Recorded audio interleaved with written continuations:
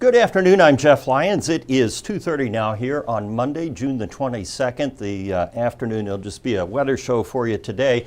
Obviously, we've had weather. Our news teams are fanned out now covering the damage across Newburgh, Gibson County, Western Kentucky, and other locations too.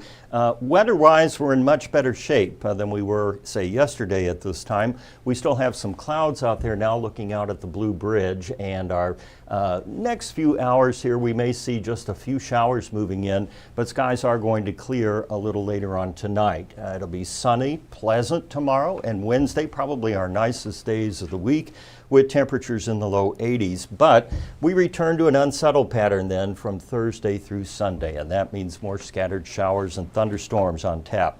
Around the area now, our temperatures unseasonably cool for June. Typically, we have about 85 for the high, and you see we're in the upper 60s every place, and that's mainly because of the clouds and rain that are moving through now.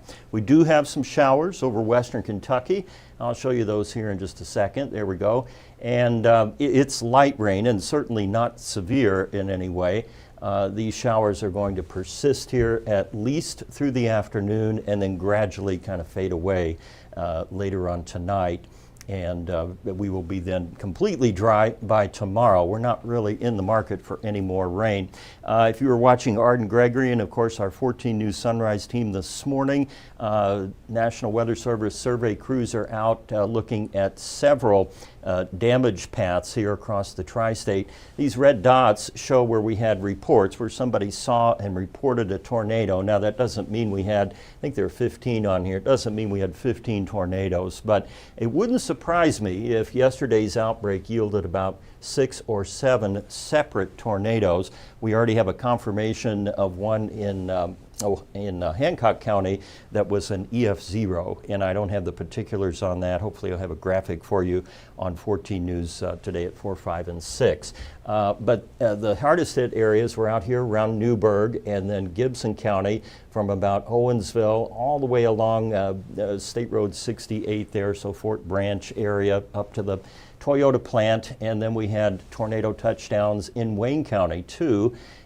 In addition, there was wind damage here along Interstate 64. So again, that's what went down yesterday. Very long-lived event too, unusually long.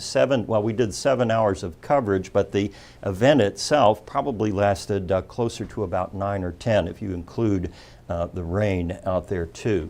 The bigger picture, though, shows that we are definitely on the road to recovery here, and looking ahead through tonight, we will start to clear those skies after midnight. We should wake up to sunshine in the morning and temperatures in the lower 60s, and then during the day we will see increasing clouds, followed by maybe some more rain there toward the end of the week.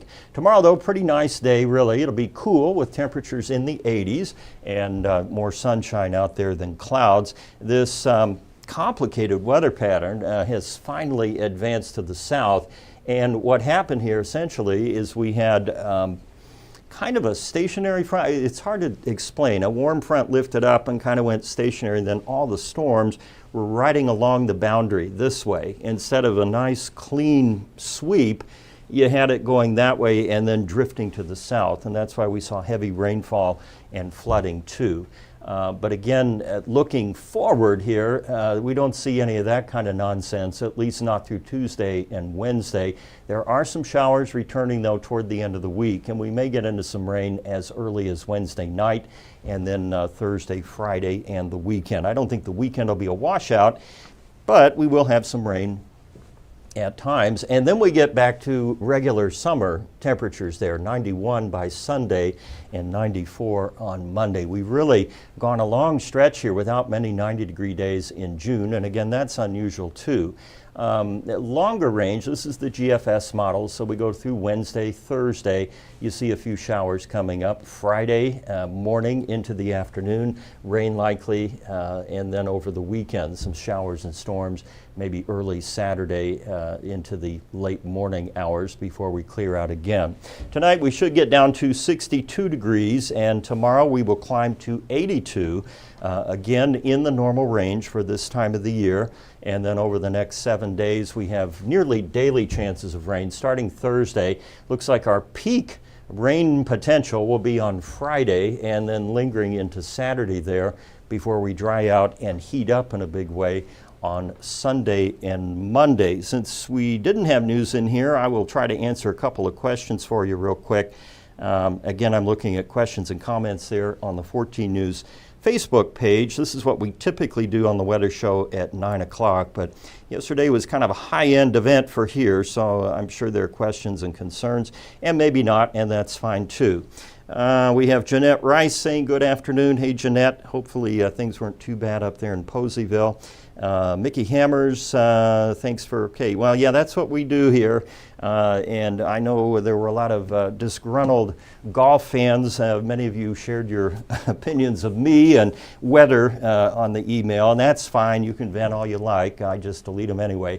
Yeah, that's just one of the things we have to do here. We have to go over oftentimes your favorite program, but it was certainly a matter of safety yesterday.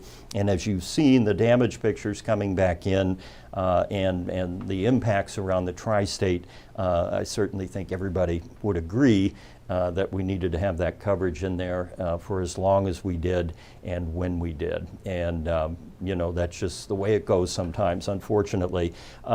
Looking ahead here for this evening, I just kind of poked my head in the newsroom before I came out here to the stream room. We've got everybody out. It's all hands on deck, and I spent most of the morning looking through your pictures, your comments, and that, kind of trying to piece it together. And that's one thing that the National Weather Service will be doing today and probably tomorrow. So they'll go out along with EMA directors and first responders, take pictures, survey, you know, and basically plot out where all of these tornadoes touch down. And then we'll be able to kind of have a picture, okay, here's what happened and when.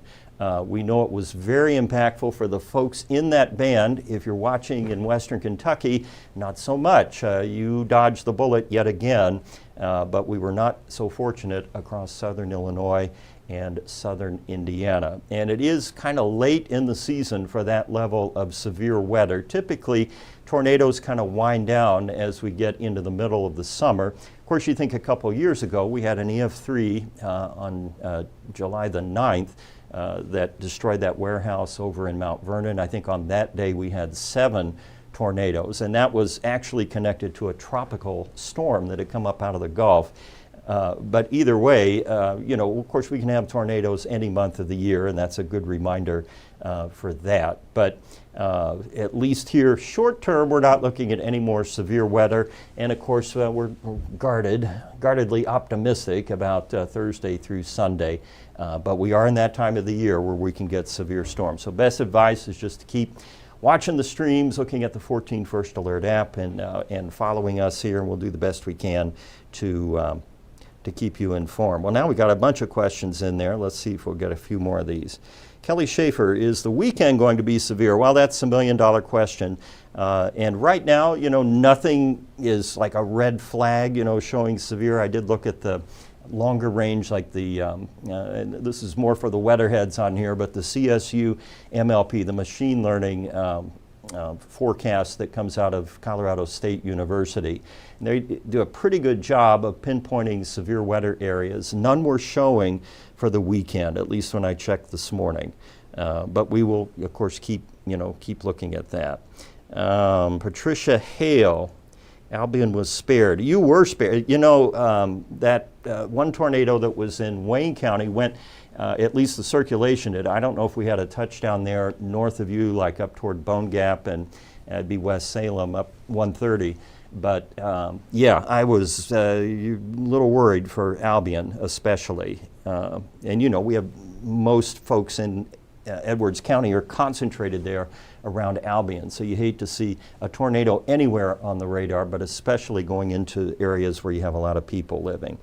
Haley Marie from Hancock County, sirens went off past midnight last night.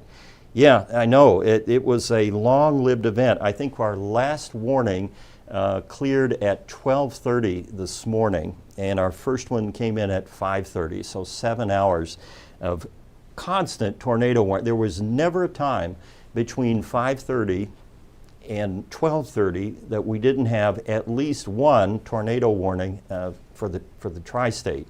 And yeah, that is really something. But again, I'm glad your family's safe. Karen Duckworth, when will it start Thursday in Morganfield? I'm guessing during the day on Thursday, based on what I just showed you here. Looks like we'll kind of have some maybe late Wednesday night, early Thursday, and then more widespread there Thursday into Friday. How bad is it going to get in Barron County, Kentucky? Sally Powell. Well, Barron County, you're a little bit out of where I focus my attention here in the tri-state. I'm trying to think now, you're closer to Louisville, so, but I can answer your question at least in a general way, and I would say Thursday, Friday would be the days, at least for some thunderstorms and rain.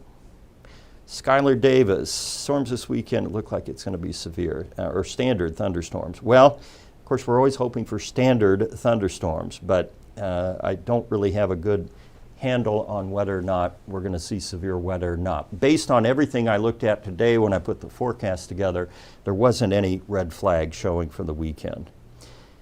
Jennifer Peacock, crazy last night in Chandler. You better believe it was. That tornado basically tracked along 62. It was out to the north of Stevenson Station and then kind of came almost due east, just north of town. There's a street name in there I could not pronounce for the life of me. A long name. It's like, I can't remember. But anyway, you know where it is if you live in Chandler. It's like right when you come into town, past the pharmacy and the Speedway over here in the elementary. There's a street. It's a big long name, starts with an I. I'll get that in the old noodle here at some point. But that's where the circulation was. It went right to the north of you and then kind of grazed through Boonville and turned then out more into north of like Dagonia Springs. So just right along there. But yeah, it was out over fields. So that, obviously mitigates a lot of damage, not so much for the farmer because you lose crops when a tornado goes over it. But, it wasn't knocking down houses as it could have in Chandler. Laura Gray watching from Dawson Springs at work between customers. Yeah, and you were in the position just to watch in Hopkins County last night.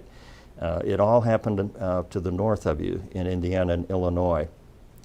Okay, I think we got everybody answered there. I appreciate you watching here the afternoon weather update today. As I said, we'll have full news coverage. I watched the midday today with Arden, and there are many, many stories coming in now. And as you can imagine, that takes a lot of coordination to get all that covered. So we'll have it put together for you on 14 News at 4, 5, and 6. And then I'll be back here with the First Alert Weather Show at 9. And then we're all back on TV at 10 o'clock tonight. In the meantime, stay safe. Thank you for watching.